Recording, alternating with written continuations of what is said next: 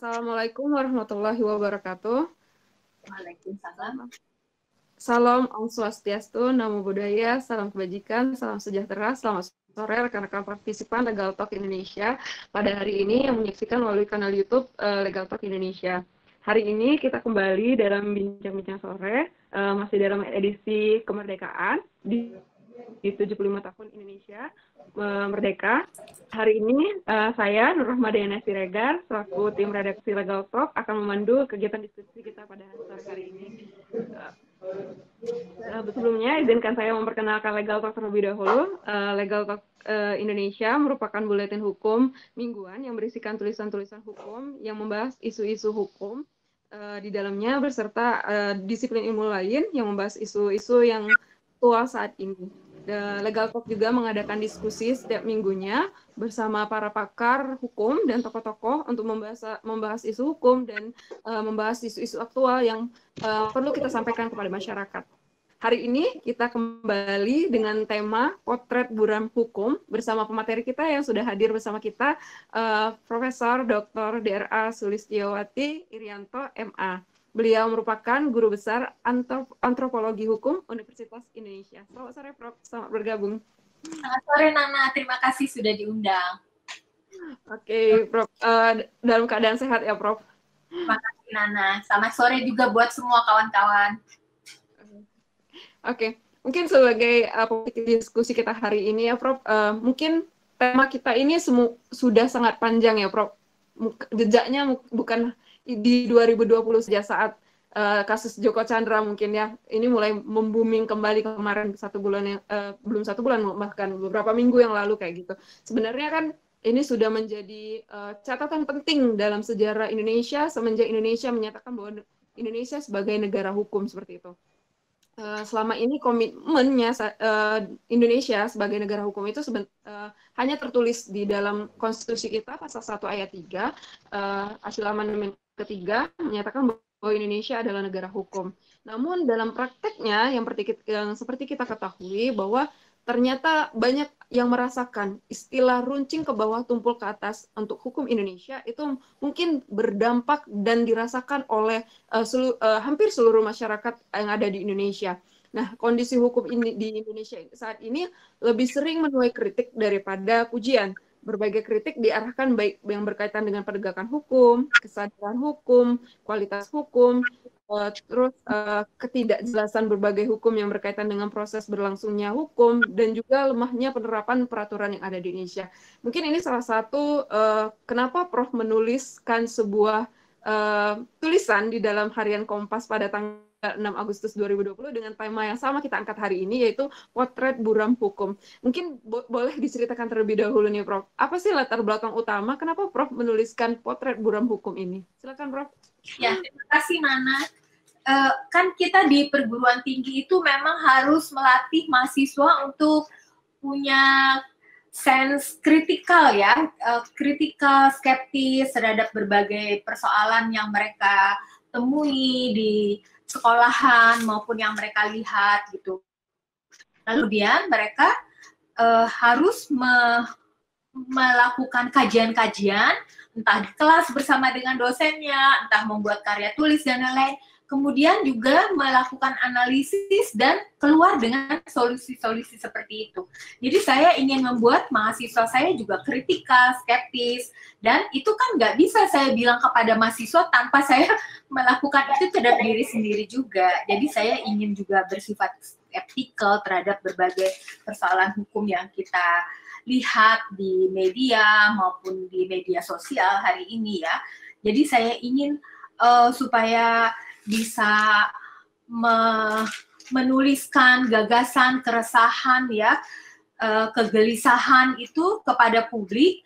Jalan satu-satunya adalah menulis, meskipun tidak gampang untuk menulis itu ya, karena kan persoalannya banyak. Kalau ditulis bisa 100 halaman, tapi kalau untuk bisa di media massa itu bagaimana caranya mengemasnya menjadi sangat padat, hanya cuman setengah halaman seperti itu, dan itu semuanya adalah tantangan. Jadi kalau saya menulis di media massa itu artinya saya sedang gelisah. Ada sesuatu yang mungkin juga saya marah gitu ya, saya tidak bisa melakukan hal-hal yang lain kecuali menulis. Jadi itu saja, Nana. Oke, Prof. Mungkin sebelum kita masuk terlalu jauh ya, Prof, kita kembali ke ini momennya pas nih di 75 tahun kemerdekaan Indonesia. Kita coba kenal dulu nih, Prof. Sebenarnya makna negara hukum itu yang tertulis di dalam pasal 1 ayat 3 Undang-Undang Dasar 1945 itu seperti apa, Prof? Terus bagaimana nih kita memaknai negara hukum ini di 75 tahun kemerdekaan kita nih, Prof? Ya, terima kasih atas pertanyaannya yang bagus. Jadi kan kita sudah 75 tahun merdeka. Dan selama 75 tahun itu masyarakat berkembang cepat sekali, tidak seperti 75 tahun yang lalu gitu kan. Mengapa masyarakat berkembang? Itu adalah suatu keniscayaan. Apalagi hari ini perkembangannya itu sangat didorong oleh temuan-temuan teknologi, temuan-temuan sains gitu ya. Yang kita lihat adalah teknologi digital. Itu luar biasa, itu seperti revolusi, membuat kita jadi sangat tergantung pada yang sekarang saja, berapa juta orang Indonesia tidak bisa hidup tanpa digital gitu ya, dan itu menghubungkan antara kita, individu-individu dengan dunia. Dunia juga bisa menghubungi kita hanya dengan alat yang kecil itu gitu. Mengapa bisa seperti itu? Karena di dalam ilmu pengetahuan itu ada kolaborasi yang luar biasa antar ilmu. Jadi kalau kita lihat HP kita itu ilmu apa yang bisa menghasilkannya? Bukan hanya sekedar ilmu komputer, tapi banyak sekali ilmu pengetahuan di sana gitu ya. Ada ekonomi, ada arts, kan ada fitur-fiturnya gitu ya. Nah, itu semua menyebabkan masyarakat, individu-individu di seluruh dunia, di Indonesia juga berubah. Nah, kalau masyarakatnya berubah, itu jadi hukumnya harus seperti apa? Kan kita melihat bahwa hukum itu sukar sekali berubah karena harus melewati proses-proses politik di DPR ya, di eksekutif juga ada proses-proses politik semacam itu. Lalu apa yang harus dilakukan gitu kan? Nah, tentu saja dorongan-dorongan untuk melakukan terobosan, misalnya bagaimana mendorong hakim-hakim melalui putusan-putusannya itu bisa melahirkan hukum yang baru yang bisa menjadi trendsetter seperti itu, harapan-harapannya gitu ya. Tadi apa tadi pertanyaannya? Sorry. Bagaimana mengenai negara ini? Negara 25. Ya, baik-baik. Nah, masyarakat yang berubah itu kan membutuhkan hukum-hukum baru. Jadi reformasi hukum itu adalah juga suatu keniscayaan. Cuma kan kalau bikin reformasi hukum itu apa sih artinya gitu ya? Membuat hukum yang baru, mengamandemen hukum yang tidak lagi sesuai dengan prinsip-prinsip hak asasi manusia seperti itu kan. Lalu juga harus ada hukum-hukum baru dilahirkan oleh putusan-putusan hakim. Nah, kalau kita kembali ke soal reformasi hukum, membuat hukum itu memang dibutuhkan, tetapi tidak dibuat secara serampangan gitu, karena ada prosedur-prosedur yang kalau kita membaca literatur tentang rule of law, tentang negara hukum itu ya, ada 3 hal yang mesti diperhatikan. Yang pertama itu adalah soal unsur prosedural. Bentar ya, saya cari ya. Unsur prosedural itu apa namanya? Bentar. Nah, hukum itu harus dibuat secara jelas. Jadi kalau orang membaca suatu teks, dia harus mengerti betul. Jelas untuk setiap orang ya. Dan berkepastian. Jadi tidak menimbulkan, sebaiknya tidak menimbulkan interpretasi yang jurang-jurangnya sangat besar gitu ya. Lalu juga tentu saja dapat diterapkan. Jadi membuat hukum, teks hukum itu harus seperti itu secara prosedural ya. Jelas bagi setiap orang, berkepastian dan dapat diterapkan.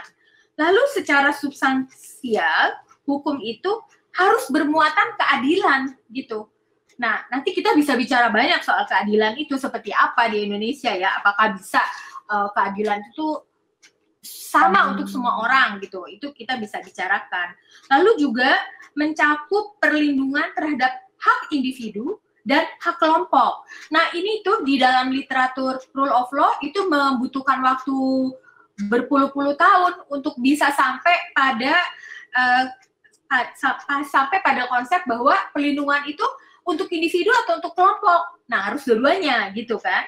Kemudian juga harus memastikan bahwa kelompok itu bukan hanya orangnya ya, individu bukan hanya orangnya, tapi juga hak miliknya, propertinya. Lalu yang terakhir itu harus ada mekanisme kontrol, terutama adalah lahirnya peradilan yang independen. Nah, hari ini kan juga mekanisme kontrol sudah menjadi luas, ada KPK, ada Komisi Hak Asasi Manusia, Perempuan, dan lain-lain, ada tribunal juga seperti itu. Jadi itu semuanya harus dipastikan berjalan gitu. Bukan hanya sekedar ada, karena reformasi 98 kan semuanya sudah ada, bahkan ada Mahkamah Konstitusi. Tapi itu harus dipastikan juga bahwa jalan on the right track, seperti itu. Itu kali, Nana. Oke, Prof.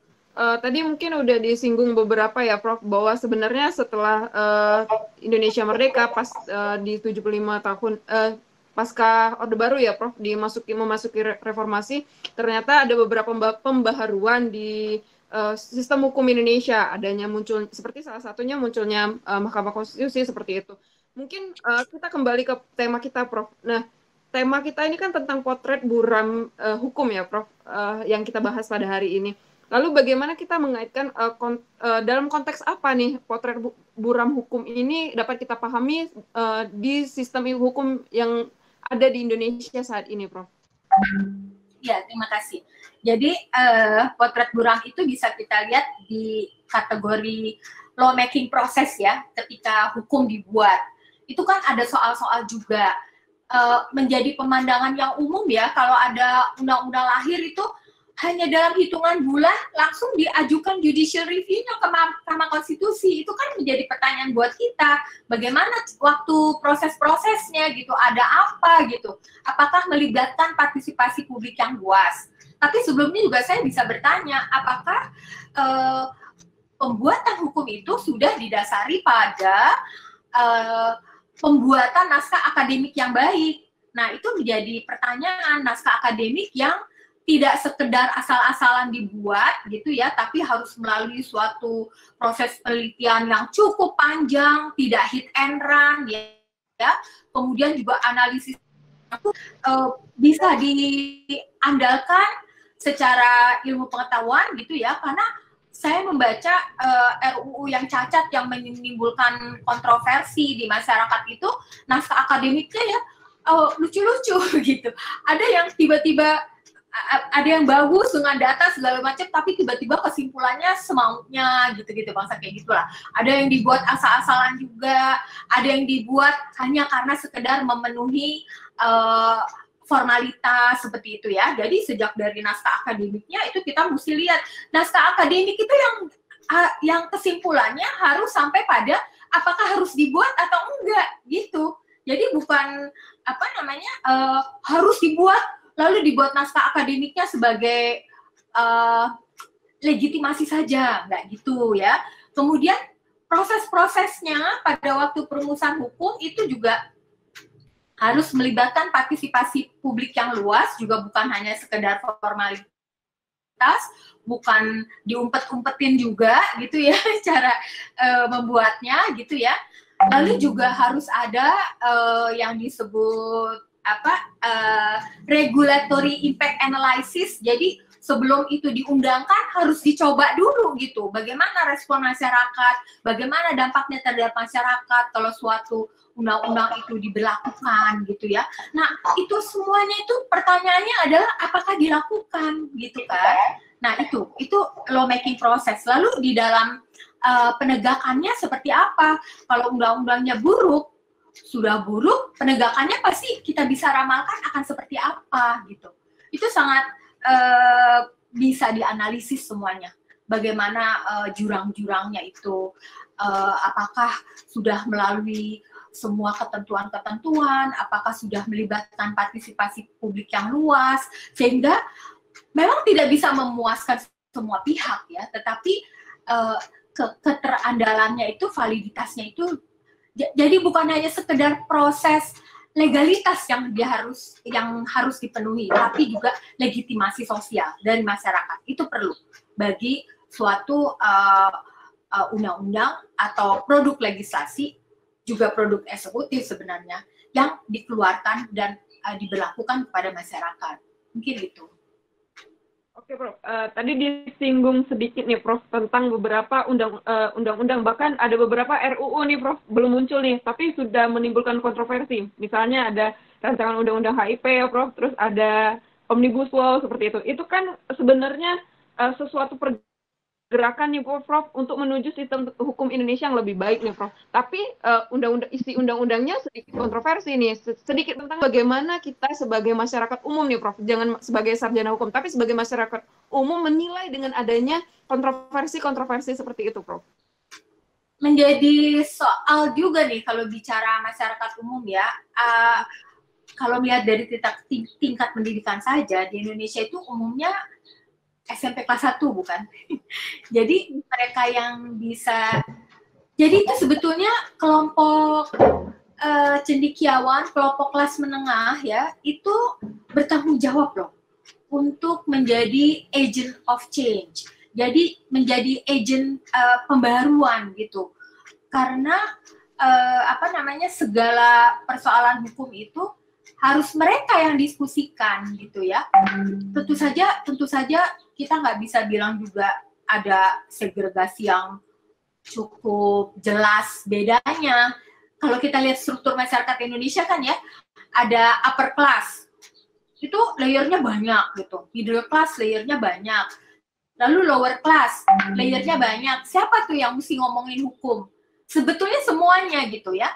Kalau kita bicara soal, tergantung juga sih, kalau bicara soal undang-undang buruh migran misalnya ya, kita bisa harus ajak orang-orang yang pernah berpengalaman menjadi buruh migran gitu, apa yang mereka alami gitu ya. Nah, syukur alhamdulillah sih undang-undang buruh migran tahun 2017 itu sudah diamandemen menjadi undang-undang yang sangat progresif gitu menurut saya ya. Meskipun masih ada bolong-bolongnya, tapi oke lah, sangat progresif. Nah, kenapa itu bisa terjadi? Karena ada partisipasi publik yang luas. Jadi ada keterbukaan bagi kelompok-kelompok di masyarakat yang tahu betul soal isu buruh migran, lalu dia menyuarakan itu dan didengar, gitu. Itu luar biasa.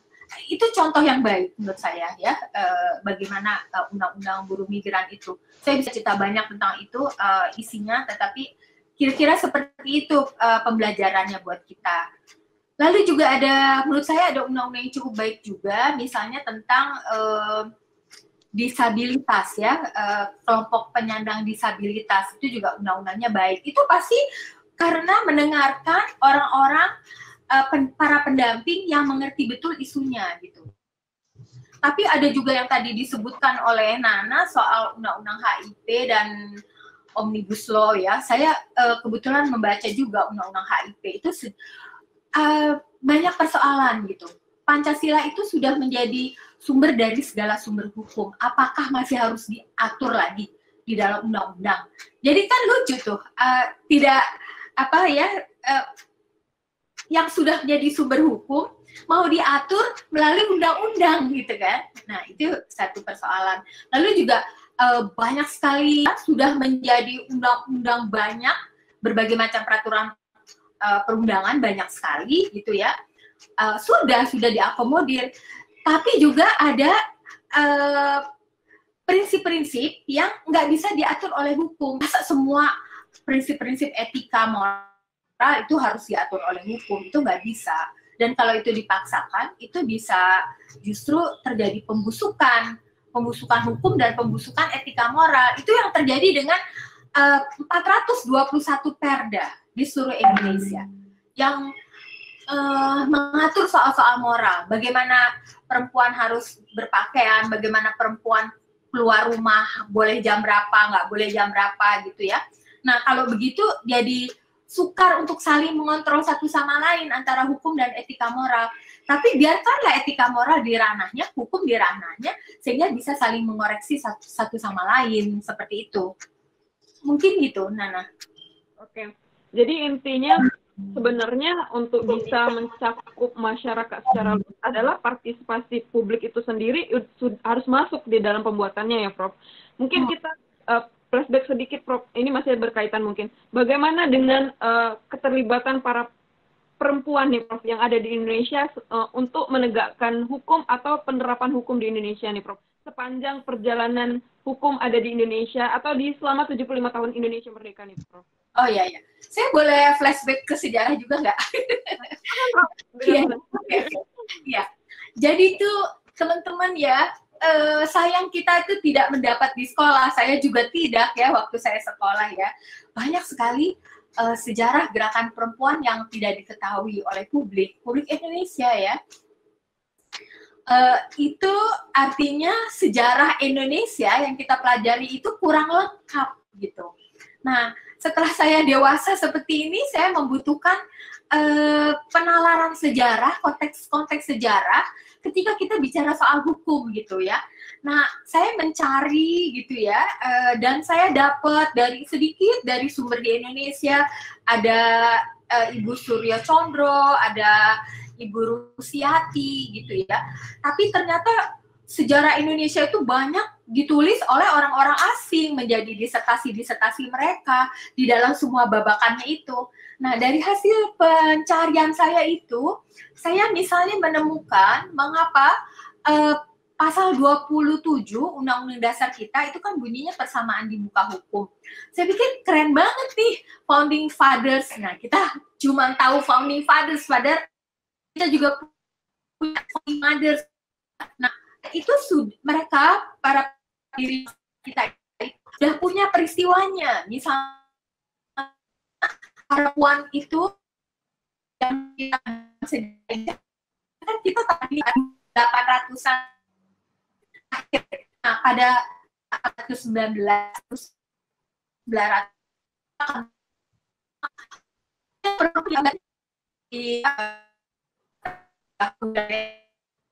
tapi sebenarnya ada itu luar biasa. Mereka bikin organisasi-organisasi. Nah, suatu organisasi namanya Suara Putri Mahardika pada tahun 1915 itu mengirim mosi pada pemerintah Belanda. Mereka bersama di muka hukum laki-laki dan perempuan gitu ya, dan mosi itu dikabulkan ya.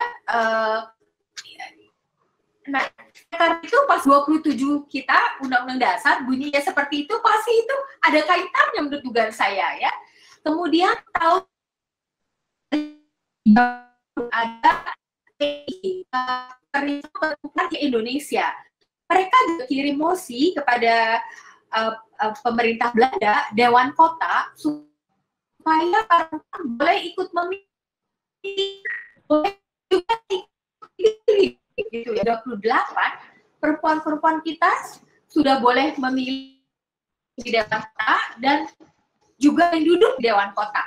Itu mengingatkan kita tentunya mengapa 1955 perempuan Indonesia sudah boleh ikut dalam pertama. Dan pemilu 55 itu adalah pemilu yang sampai hari ini dikatakan pemilu terbaik sejarah kita. Mengapa itu menjadi matter? Karena gerakan perempuan di seluruh dunia itu yang diperjuangkan memang adalah hak politik yang pertama. Jadi perempuan Amerika misalnya butuh 70 tahun untuk bisa ikut dalam pemilu. Tahun 1920, bayangkan Amerika itu kan sudah ratusan tahun ya sejarah bangsanya ya. Tahun 1920 mereka baru boleh ikut dalam pemilu si perempuan-perempuannya ini. Kemudian negara-negara lain di Eropa, di Asia, di Afrika itu sama, mereka juga memperjuangkan hak politik gitu. Jadi kita bisa mengerti mengapa Ibu Kartini itu juga memperjuangkan hak politik ya, dan juga hak pendidikan. Jadi dua itu, hak politik dan hak pendidikan, itulah yang dituntut oleh gerakan perempuan seluruh dunia, dan di Indonesia kita kenal melalui Kartini itu ya. Nah, itu koridor hukum yang dibuat oleh gerakan perempuan sebelum Indonesia Merdeka. Lalu gimana seterusnya? Pada waktu Indonesia Merdeka, kalau Nana mau detailnya, saya bisa cerita juga.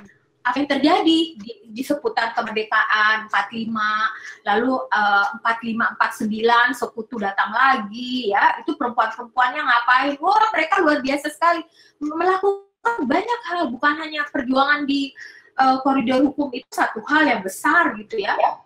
Mereka juga ini loh, jadi Kowani itu menjadi anggota dari Federasi Perempuan Internasional karena pada waktu kemerdekaan itu keadaan ekonomi kita sulit sekali. Jadi mereka ingin supaya kita punya akses ke jaringan internasional gitu ya. Lalu mereka juga ikut menangani ada disertasi baru dari Remi Limpah 2016 sih, yang disertasi itu tentang bagaimana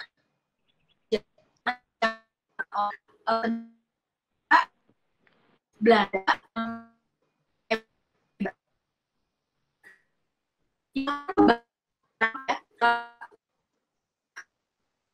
lalu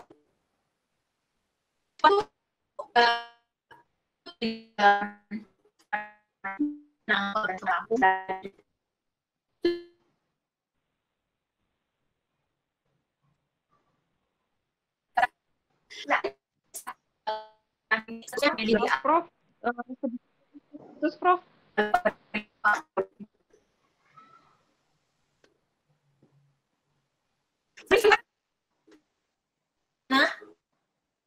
Sinyalnya kurang bagus nih Prof, putus pendengaran saya.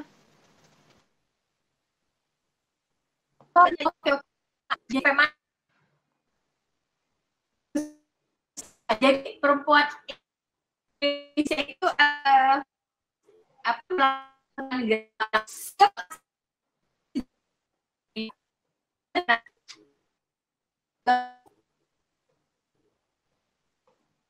halo Nana. Ya Prof. Maaf nih Prof, putus-putus nih, saya tidak mendengar. Sepertinya sinyalnya kurang bagus nih Prof.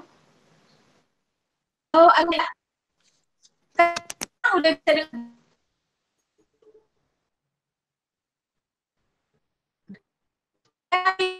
Mungkin bisa keluar sebentar.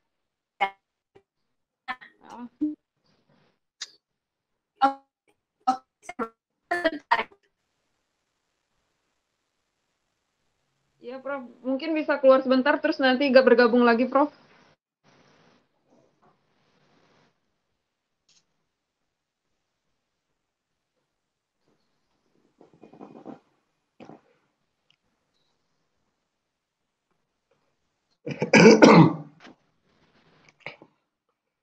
Delay tadi tuh.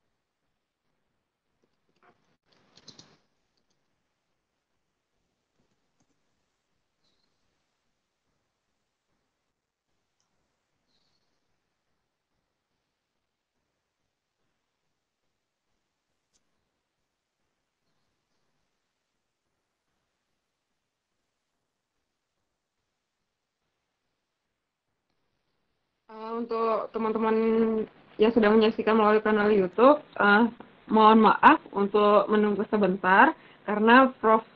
Sulis sedang mencoba untuk bergabung kembali. Terdapat gangguan teknis dari Prof. Sulis, jadi kita tunggu beliau bergabung kembali.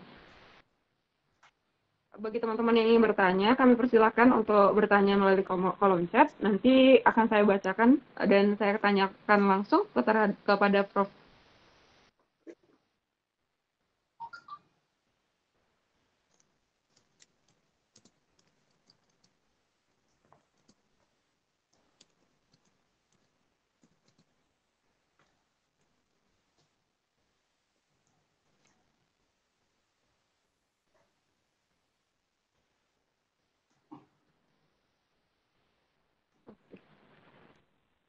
Oke, sudah bergabung kembali. Prof, sudah bisa mendengar suara saya, Prof?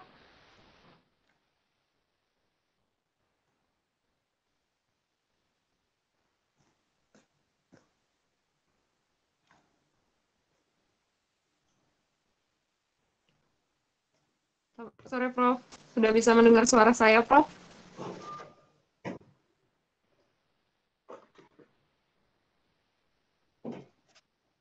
Oh, sorry.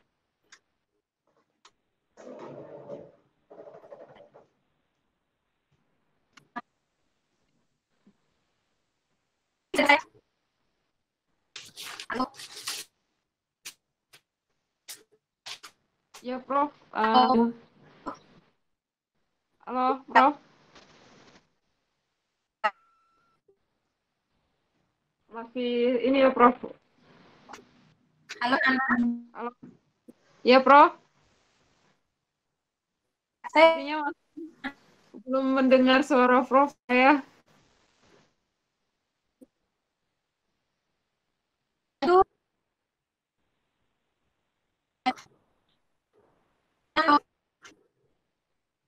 Ya, Prof. gimana ya?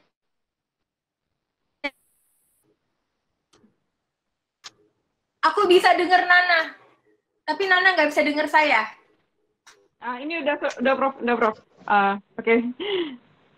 Oke. Oh, ya. Ya, ya, tadi ya. Putus, Prof. Aduh, maaf ya.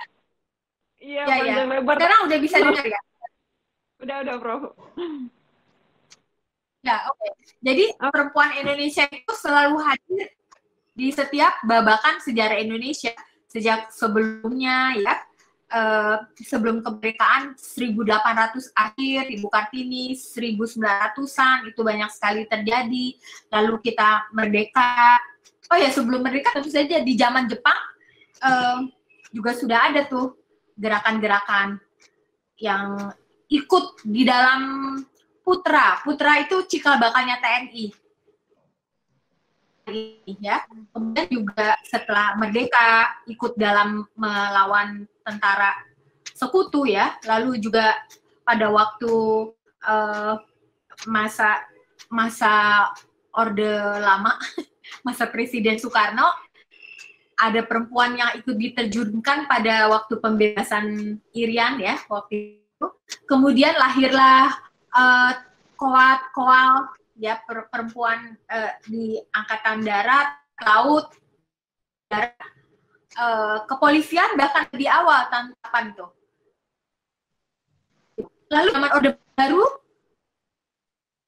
perempuan hebat itu para guru sekolah, guru ya semua guru perempuan ya mereka yang bekerja di pemerintahan teman terhadap perempuan dan kita semua sudah organisasi hanya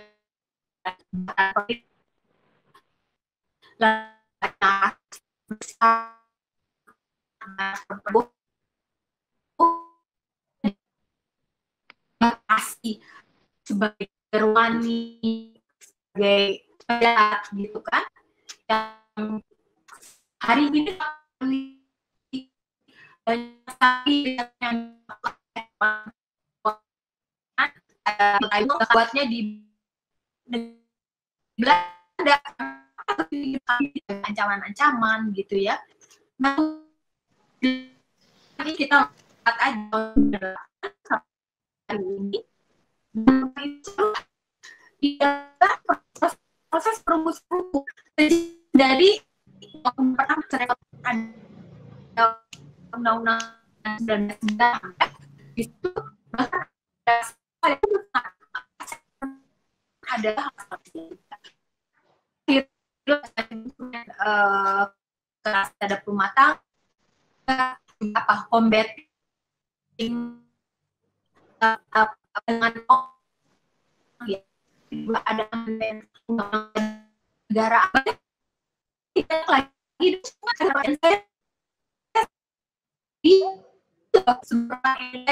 karena gerakan seperti ini tidak di semua bangsa gitu, tidak di semua gitu. Selalu ikut gitu menjadi juga gerakan yang baik tentang bagaimana Indonesia di sejarah.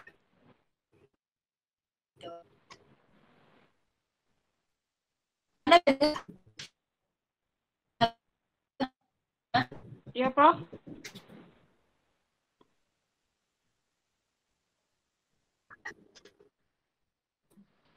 Maaf, Prof. Sepertinya ini mulai koneksi lagi.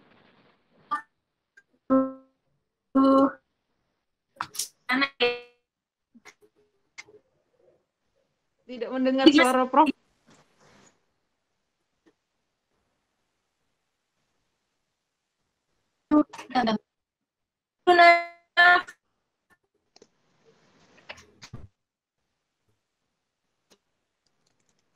Gimana ya?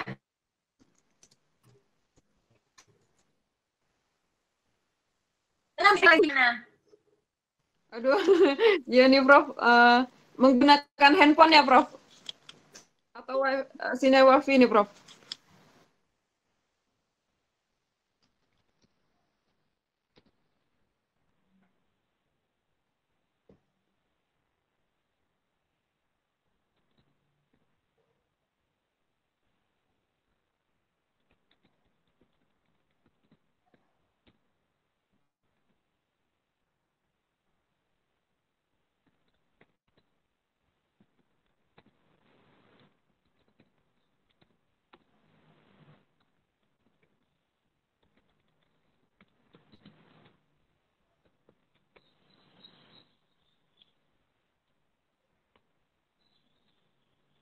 Mohon maaf pada rekan-rekan partisipan. Prof kembali live, jadi kita tunggu sebentar sebelumnya.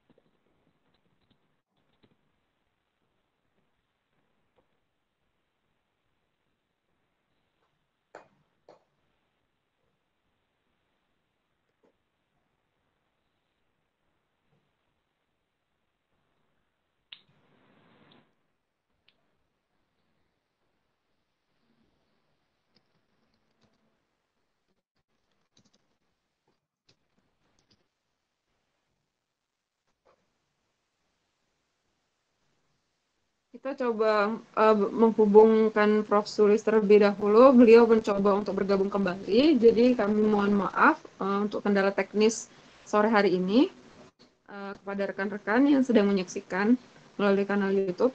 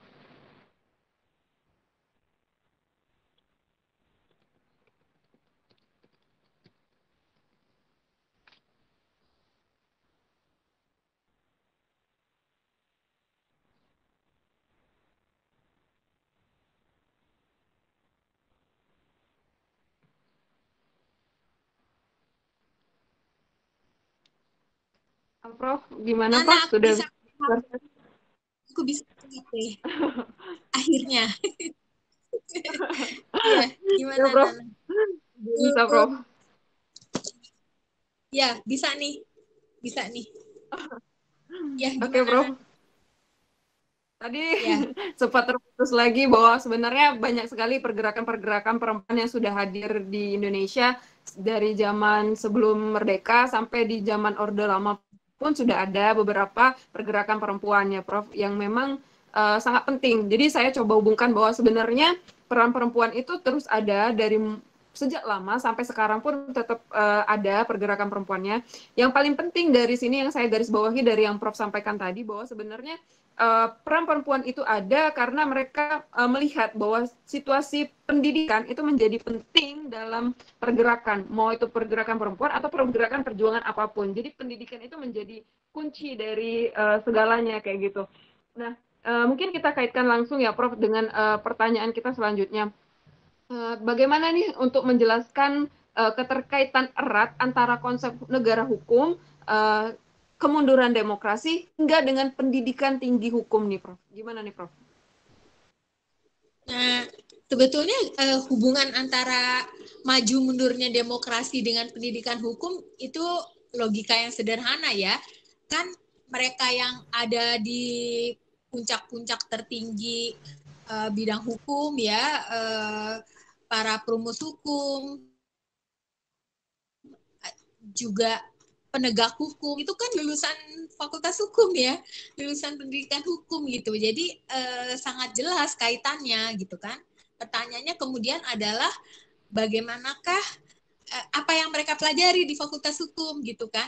Bagaimanakah yang mereka pelajari itu menjadi sesuatu yang menjadi habitus lah buat mereka gitu ya, menjadi sesuatu yang ada di kepala, di pikiran, kemudian itu terrefleksi pada bagaimana tindakan-tindakan mereka gitu sih kan. Jadi hubungannya ya itu karena mereka para sarjana hukum itu dilahirkan oleh itu sangat tergantung pada mereka. Nah kan yang menjadi soal adalah bagaimanakah kurikulum pendidikan hukum itu didesain. Tadi kan kita sudah bicara soal perubahan masyarakat, perkembangan masyarakat yang sangat cepat. Apakah itu diikuti juga oleh paradigma pendidikan hukum gitu kan? Nah, pertanyaan buat kita semua gitu sebenarnya ya. Apakah ada suatu refleksi apa sih yang dibutuhkan oleh negeri kita gitu? Apa sih yang dibutuhkan oleh bangsa kita hari ini supaya kita bisa tetap merawat demokrasi, merawat negara hukum gitu. Dengan situasi masyarakat yang terus berubah, keterbukaan itu sangat dituntut oleh masyarakat, partisipasi publik sangat dituntut oleh masyarakat. Karena semua produk-produk legislasi dan kebijakan itu kan berdampak kepada masyarakat. Masyarakat yang diatur-atur. Apa yang boleh dan nggak boleh itu kan masyarakat yang menjalankan, kan gitu. Nah, itu pertanyaannya gitu. Jadi apakah pertanyaan itu dijawab gitu ya oleh pendidikan hukum? Dan kalau bicara soal pendidikan hukum tentu bicaranya soal sistem pendidikan tinggi Indonesia secara umum, karena kan fakultas hukum itu ada di bawah pendidikan tinggi ya yang diatur oleh kementerian. Apa yang terjadi? Apakah otonomi universitas itu sudah cukup diberikan? Otonomi universitas itu gini loh, hak asasinya perguruan tinggi. Jadi perguruan tinggi, universitas itu suatu lembaga yang tidak bisa disamakan dengan lembaga manapun, lembaga politik maupun lembaga bisnis. Karena universitas itu punya fungsi yang sangat khusus, yaitu memproduksi ilmu pengetahuan.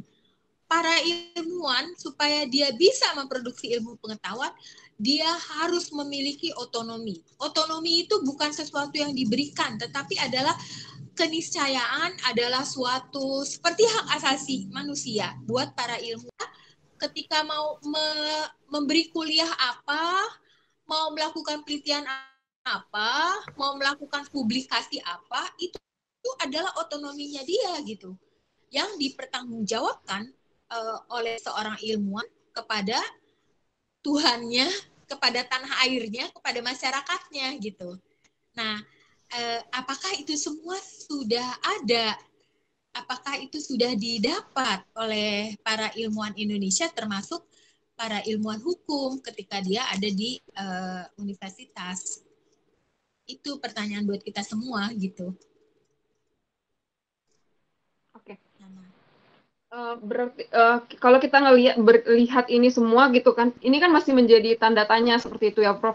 Bagaimana proses pendidikan hukum itu lekat dengan masyarakat. Jadi mungkin saya ingin bertanya sedikit, Prof. Apakah ada cukup ruang untuk sarjana hukum nih untuk mempelajari, mengenal hubungan hukum dengan konteks yang ada di masyarakat seperti ekonomi, politik dan lain-lain seperti itu? Apakah sudah ada ruangnya tersendiri sehingga ini menjadi pengetahuan nantinya selama kita menegakkan hukum seperti bagi para sarjana hukum, atau justru ini harus masuk nih ke dalam pendidikan tinggi hukum saat mereka menempuh pendidikan di bangku kuliahnya seperti itu, Prof?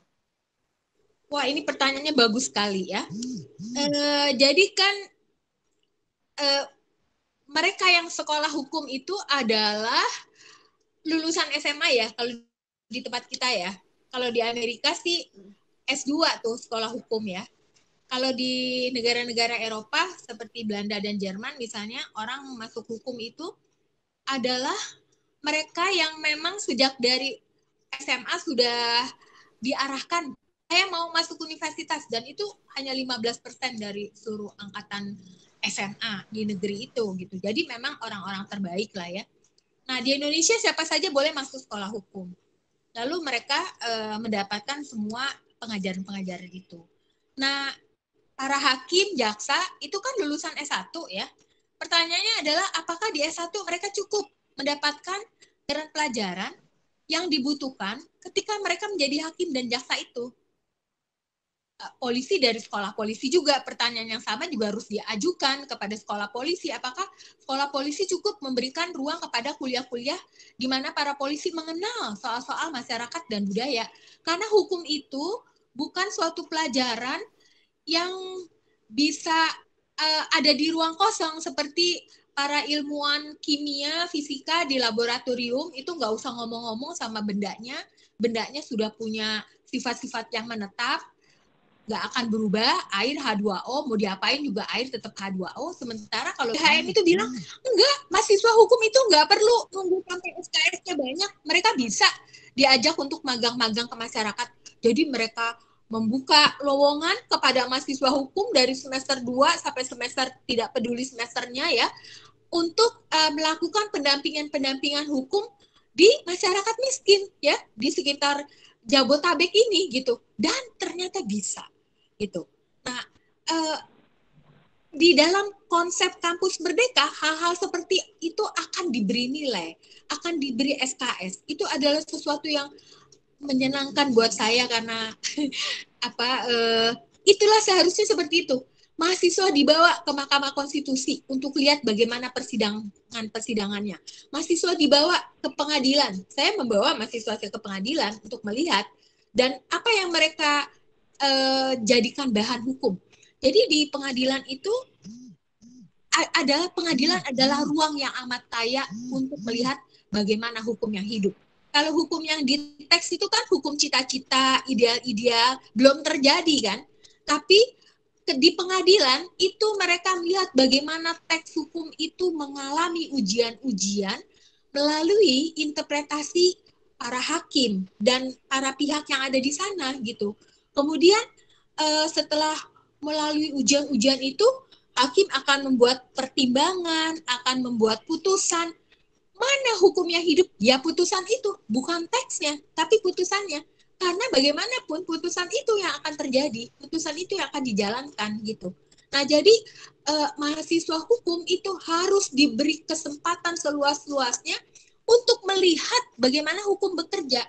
Setidak-tidaknya di ruang kelas itu, mahasiswa harus membahas putusan-putusan pengadilan sehingga dia bisa tahu bagaimana hukum itu mengalami ujian-ujian dalam berbagai perkara di dalam melalui interpretasi para penegak hukum. Itu sih.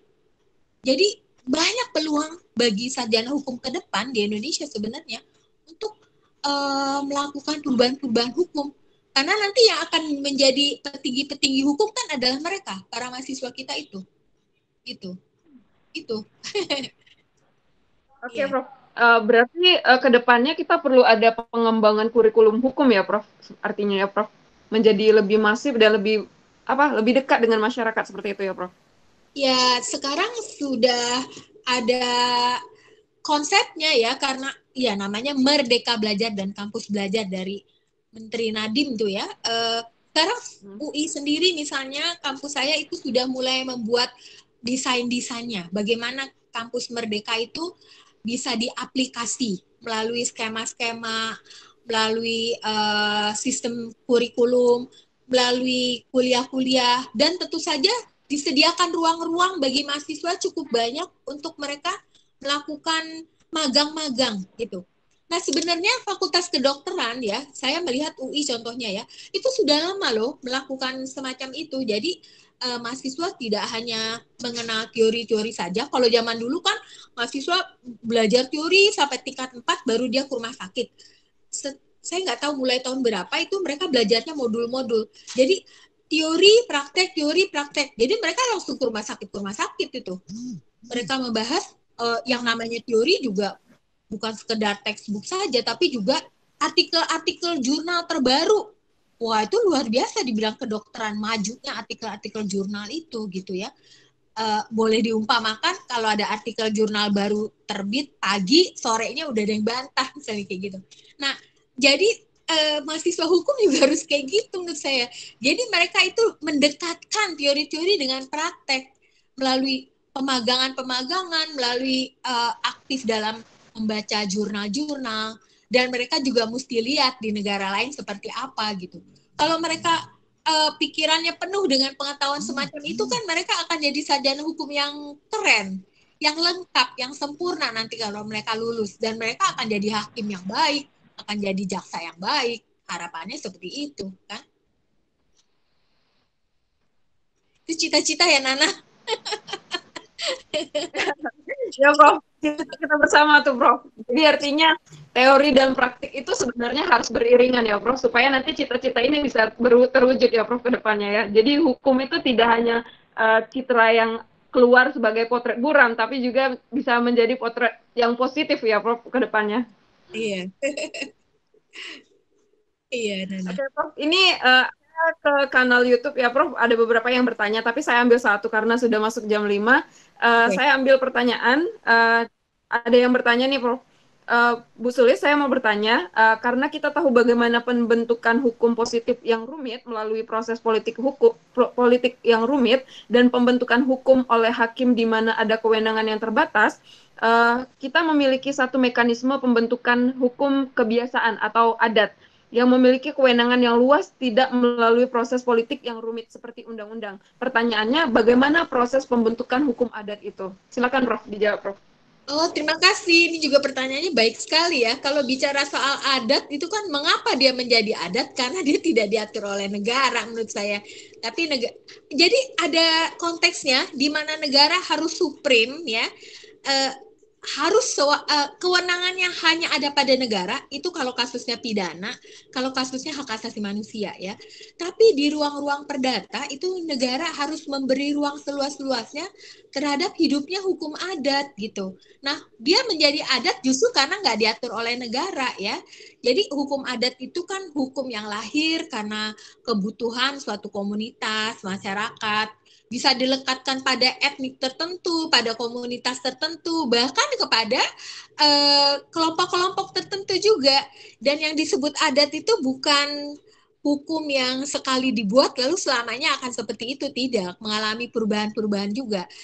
Ada yang berubah banyak, ada yang berubah kalau sifatnya ideologis tentu akan sukar berubah. Misalnya bagaimana kedudukan laki-laki dan perempuan dalam hukum adat, lalu berimplikasi soal waris, ya itu sukar berubah. Tapi ada hal-hal yang bisa diubah ya, kalau melihatnya sebagai proses kebudayaan. Nah, proses-proses pembentukan hukum adat itu sangat tergantung pada apa yang disepakati oleh komunitas tertentu. Jangan bilang bahwa adat itu tidak formal, sangat formal. Lihat saja bagaimana orang Minangkabau ketika mereka bersengketa ya, itu kan ada prosedur-prosedurnya, siapa boleh bicara, bicara nomor 1, bicara nomor 2. Sama juga masyarakat Batak ya, ketika mereka menyelesaikan sengketa, ketika mereka membicarakan suatu hal, siapa yang berhak, siapa yang enggak, haknya berapa, itu semuanya formal, sangat formal gitu. Jadi formalitas dan informalitas itu nggak bisa dilekatkan pada karena cuman adat maka dia nggak formal, enggak. Kalau bicaranya soal pluralisme hukum ya, hukum negara memang sangat kuat. Kalau kita berbuat salah, polisi udah langsung ada di depan rumah kita ya. Tetapi yang dekat dengan kita keseharian itu sebetulnya adalah hukum adat, hukum agama, hukum kebiasaan, dan juga percampuran di antaranya. Adat bersandi cara bersandi kita buloh, mana yang adat, mana yang agama, itu sukar sekali untuk dipisahkan karena sudah diterima saja begitu kesepakatannya. Gitu sih. Apakah saya menjawab tuh pertanyaan itu? Oke, sudah cukup menjawab, Prof. Sepertinya Prof sangat excited sekali sehingga kita semakin semangat nih sebenarnya Prof untuk berdiskusi. Tapi sayangnya sudah pukul 5 sore, sudah memasuki waktu maghrib untuk beberapa wilayah. Jadi kita mungkin cukupkan diskusi kita pada sore hari ini, Prof. Mungkin lain waktu kita bisa diskusi lagi ya, Prof. Lebih panjang lagi kita berdiskusi seputar hukum di Indonesia nih, Prof. Iya, Nana. Iya, Mungkin kita bisa minta closing statement-nya, Prof, tentang potret buram hukum di Indonesia untuk 75 tahun kemerdekaan Indonesia nih, Prof. Ya, sebaiknya disadari oleh semua pihak ya, terutama para petinggi yang memiliki kekuasaan untuk melakukan perubahan-perubahan ya, bahwa setiap tindakan merumuskan hukum, menerapkan hukum itu punya dampak yang sangat luas terhadap masyarakat gitu. Bagaimana mereka merasa mendapatkan keadilan, diakui keberadaannya atau tidak, itu semua ada dalam rumusan hukum sehingga harus cukup berhati-hati dan tidak serampangan. Itu saja yang saya mau bilang. Makasih. Oke. Berarti harapannya ada pada pendidikan tinggi hukum ke depannya ya, Prof. Ya. Yang menjadi cita-cita kita bersama ya, Prof. Iya, iya Nana. Oke. Terima kasih sekali Prof sudah mau bergabung bersama Legal Talk dan berbincang pada sore hari ini. Ilmunya sangat bermanfaat. Terima kasih kesediaan waktunya. Semoga di lain waktu kita bisa nyambung lagi nih Prof untuk ngobrol-ngobrol dengan topik yang sama atau dengan topik yang berbeda nih Prof. Ya, tentu Nana. Terima kasih banyak Nana sudah undang. Ya. Oke, Prof. Oke. Terima kasih juga kepada rekan-rekan partisipan Legal Talk yang menyaksikan melalui kanal YouTube Legal Talk Indonesia. Terima kasih telah bergabung bersama kami di Bincang-Bincang Sore Legal Talk Indonesia. Kami ingatkan kembali bagi teman-teman yang ingin mengirimkan tulisannya, silahkan kirimkan tulisan ke email legaltalkindonesia@gmail.com. Selalu ikuti perkembangan Legal Talk Indonesia melalui sosial media Legal Talk. Kami akan selalu berbagi seputar perkembangan dari Legal Talk Indonesia. Sekali lagi kami ucapkan terima kasih kepada Prof. Sulis yang sudah memberikan ilmunya, telah menyempatkan waktunya. Mohon maaf nih Prof, ada banyak kendala atas kekurangan dari kegiatan kita sore hari ini Prof. Saya ucapkan terima kasih, selamat sore semuanya. Assalamualaikum warahmatullahi wabarakatuh. Waalaikumsalam, terima kasih banyak. Sehat selalu Prof, thank you. Terima kasih Nana, terima kasih.